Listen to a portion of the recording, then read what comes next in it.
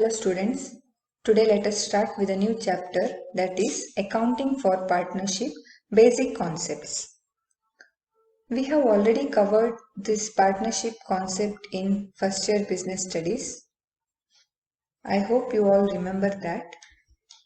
There are various forms of business organization and partnership is one among those. Definition: according to Section 4 of Indian Partnership Act 1932, partnership is defined as the relation between persons. So, relation between persons indicates that in order to start partnership, minimum number of people required is 2, who agreed to share profits and losses of the business carried on by all or any of them acting for all. It means that either the business can be carried on by all partners or any one of the partner can act on behalf of other partners. So we can say that when two or more persons join hands to set up a business and share its profits and losses, they are said to be in a partnership. Some key points to remember about partnership is persons who entered into partnership with one another are individually called as partners, whereas they are collectively called as a firm. Next, the name under which the business is carried is called as firm's name. One more, the partnership firm has no separate identity from that of its members. So, firm and members are considered as one and the same. Business is not having separate identity from that of its members. Let us look at the features of partnership. In order to form partnership, there should be at least two persons coming together for a common goal. So minimum we need two persons who come together with the common goal. Next, let us see about minimum and maximum members. Minimum member, as we have already discussed, is 2 and maximum number of members in the partnership is 50.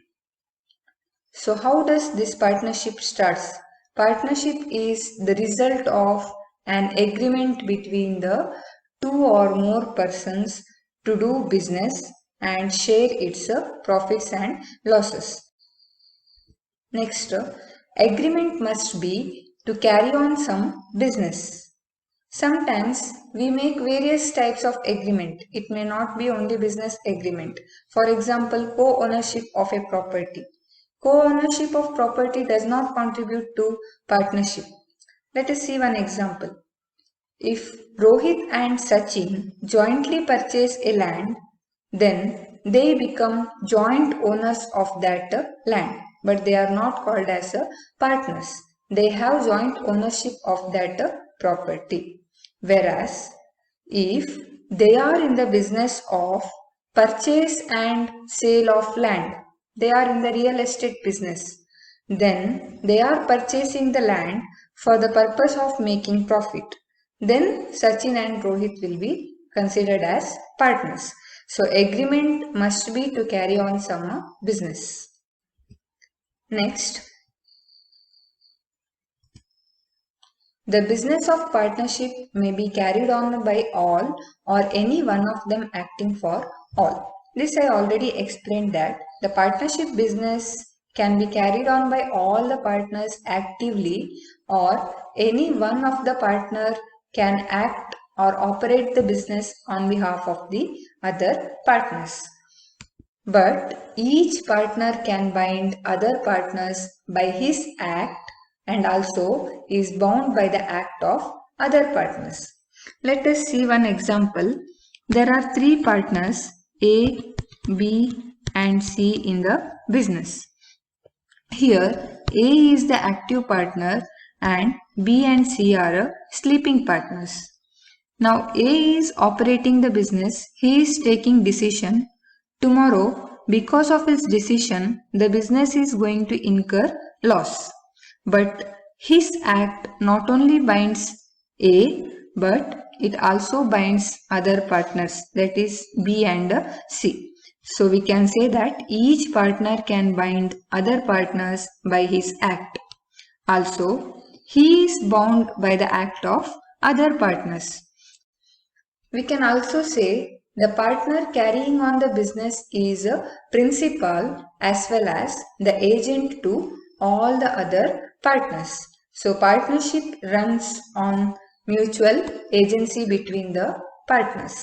So one who operates the business actively is called as principal. The other partners who are sleeping partners can be called as a agent. Next is about liability. Liability of a partner is unlimited. You know about unlimited liability.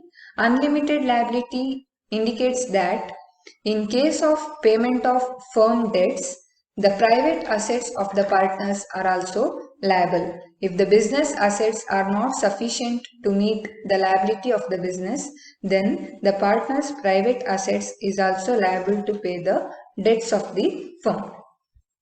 One more thing about liability is each partner is jointly liability for the acts of the firm done while he is a partner. So when A, B, C are partners in the business, if A's act result in the liability, then not only A is liable for that liability. Jointly A, B and C are liable for that debt. So we can say that each partner is jointly liable for all the acts of the firm. So these are the features of a partnership. Now about partnership deed. So partnership is the result of agreement. So partnership deed is nothing but the written document or agreement which contains the terms and conditions of the business. This partnership deed can be altered only with the consent of all the partner. Partnership deed is prepared at the time of starting the business. In between, if they want to alter the partnership deed, the consent of all the partner is necessary. Next, it should be properly prepared as per the provision of Stamp Act. Before preparing partnership deed, all partners must go through the Stamp Act and they have to prepare deed according to the provisions of the Act. After that, they have to submit it to Registrar of Firms to register their business. Now let us see the contents of partnership deed. What are the contents we can find in the partnership deed? First important thing is name and address of the firm. For the business, the partner should give the name and this name and address of the firm is written in the partnership deed. Also, name and address of all partners, amount of capital to be contributed by each partner. They may contribute equally or some partner may contribute more and some partner may contribute less. So it should be recorded in the partnership deed. Then accounting period of the firm. So generally accounting period consists of 12 months. It starts on 1st April, ends on 31st March. So accounting period is also recorded in the partnership deed. Next, the date of commencement of partnership. On which date they are going to start the partnership business, that is called as date of commencement of business. It is recorded in the deed. Next, profit and loss sharing ratio. In order to avoid dispute later, in the partnership deed, they are going to record profit sharing ratio. Next, rate of interest on capital. If any interest on capital is allowed, what is that rate? Interest on drawings rate, interest on loan, etc. Also salaries, commissions payable to any partners, all these must be recorded in the partnership deed. Next, rights, duties and liabilities of each partners. Rules to be followed in case of admission. If a new partner is going to be admitted to the partnership business, what are the rules to be followed? Retirement, at the time of retirement of any of the partner or at the time of death of any of the partner, what are the rules to be followed? It should be recorded in the partnership deed. And settlement of accounts on dissolution of a firm. Dissolution of a firm is nothing but winding up of the business. If they are going to liquidate their partnership business, how to settle the accounts of the partners, creditors, all these must be recorded in the partnership deed. And last one is about method of settlement of disputes among the partner. If there is any conflicts among the partners, the firm is having various options to settle the disputes like arbitration, mediation, negotiation, etc. So which method they are going to follow, it must be recorded in the partnership deed. So these are the various contents of partnership deed. I hope it is clear. Now let us move on to the new concept, that is provisions relevant for accounting. While we make accounting treatment, we must know certain provisions. So first is about profit sharing ratio. Usually profit sharing ratio is recorded in the partnership deed. Sometimes in few partnership firm, they may not record profit sharing ratio in their partnership deed. In such case, what we have to do, in the absence of profit sharing ratio in the partnership deed, the profits and losses of the firm are shared equally, irrespective of their capital contribution. Suppose we have two partners, A and B. A contributed 1 lakh, whereas B contributed 50,000. We cannot distribute the profit as 2:1 ratio. Irrespective of their capital contribution, the profit will be shared equally between the partners. So this is about absence of profit sharing ratio in the partnership deed. Next is interest on capital. If the rate of interest on capital is given in partnership deed like 10%, 12%, then we can allow the interest on capital as per the rate mentioned in the partnership deed. But in the absence of rate of interest in the partnership deed, no interest on capital is payable. Next, interest on drawings, same treatment. If interest on drawings rate is mentioned in the partnership deed, then interest is allowed at the rate mentioned in the deed.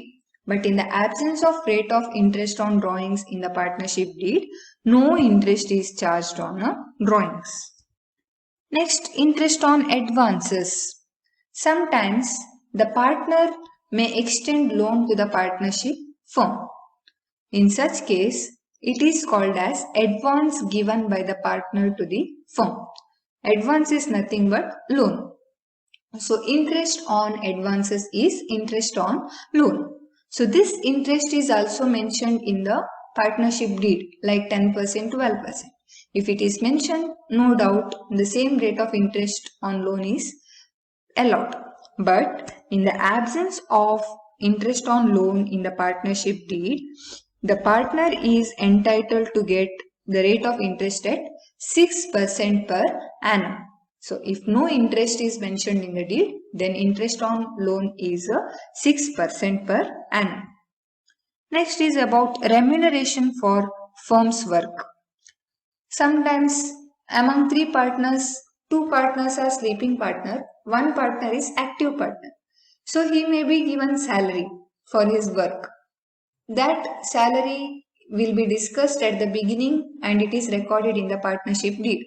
So that same salary will be paid to the partner every month. What about in the absence of that? No partner is entitled to get salary or any other remuneration like commission in the absence of a provision for the same in the partnership deed. So this is about remuneration for a firm's work. So these are some provisions. Apart from these provisions, the Partnership Act specifies two important notes. First is if a partner derives any profit for himself or herself from the transaction of the firm or from the use of property of the business, then he or she shall be held responsible to pay it to the firm. Now there is a goods which is unsold goods in the business. So this partner may sell it at low cost and he may make personal profit, but it is not allowed. If he make any personal profit with the use of any property that belongs to business, then he must give that profit to the business. So he is held responsible to pay it to the firm. Another is if a partner carries on any business of the same nature and competes with that of the firm, then he or she shall be held responsible to pay that to the firm all profits made by him or her in that business. So now the three partners make an agreement and start a stationery business. Tomorrow, one of the partner secretly makes the stationery business, separate stationery business, but it is not permitted. If he makes the similar business individually, then again he is held responsible to pay the profit made by him in that business to partnership firm. So these are the two conditions applies to the partners. One is he cannot make any personal profit by using the property of the business. Another thing is he cannot carry out the similar business of the partnership business and compete with the firm. Now let us test your understanding with a small illustration. Here, Mohan and Shyam are partners in a firm. State whether the claim is valid if the partnership agreement is silent in the following matters. So now we saw the provisions of a partnership business. There were 5 provisions. One is about profit sharing ratio, another is interest on capital, interest on drawings, interest on loan, and remuneration to the partners. So now let us see first one. Mohan is an active partner. He wants a salary of 10,000 per year. So now here in the first sentence it is given, if the partnership agreement is silent, partnership agreement does not contain any information about salary to Mohan, then whether the firm can pay salary to him, no, it is not permitted. We saw in the provisions, no partner is entitled to remuneration if the partnership deed is silent about it. So first one is invalid. Next, Shyam had advanced a loan to the firm. So Shyam gave loan to the firm. He claims the interest at 10% per annum. The partnership agreement is silent. He claims 10%. Whether it is permitted? No. If the partnership firm is silent, then he is permitted to claim only 6% per annum. So again this sentence is also invalid. Third one, Mohan contributed 20,000, Shyam contributed 50,000 as capital. Now Mohan want equal share in the profit. What about the absence of partnership deed? What if the partnership deed is silent about profit sharing ratio? First provision we studied. If partnership deed is silent about profit sharing ratio, the partners can share the profit equally irrespective of their capital contribution. So 20,000, 50,000 capital may be contributed by Mohan and Shyam, but it is not considered. They can share the profit equally. So this sentence is valid. Next, Shyam want interest on capital to be credited 6% per annum. Partnership deed is silent about interest on capital, then they cannot claim. No partner will get interest on capital. So this sentence is invalid. Now true or false? Valid partnership can be formulated even without a written agreement between the partner. So without agreement, no partnership can be done. First feature we studied in the features of partnership. So this is false. Next, each partner carrying on business is the principal as well as the agent for all the partners. The partnership runs on the main concept, that is mutual agency. Mutual agency tells that all partners are principal as well as agent. So this is true. Maximum number is 50, correct, true. Method of settlement of dispute among the partner can't be a part of partnership deed. It is a part, content, last content we saw.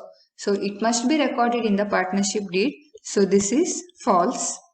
If the deed is silent, interest at the rate of 6% would be charged on a drawings made by the partner. No, interest on capital, interest on drawings is not allowed in the absence in the deed. So this is again false. Next, last one.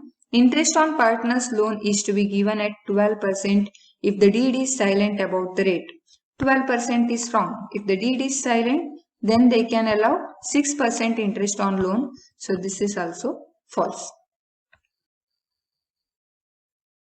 Okay students, so I hope you all understood the theory part that we discussed today and also about the provisions. So once you please go through these provisions and test your understanding yourself. If you have any doubt, please clarify it through email. Thank you for listening.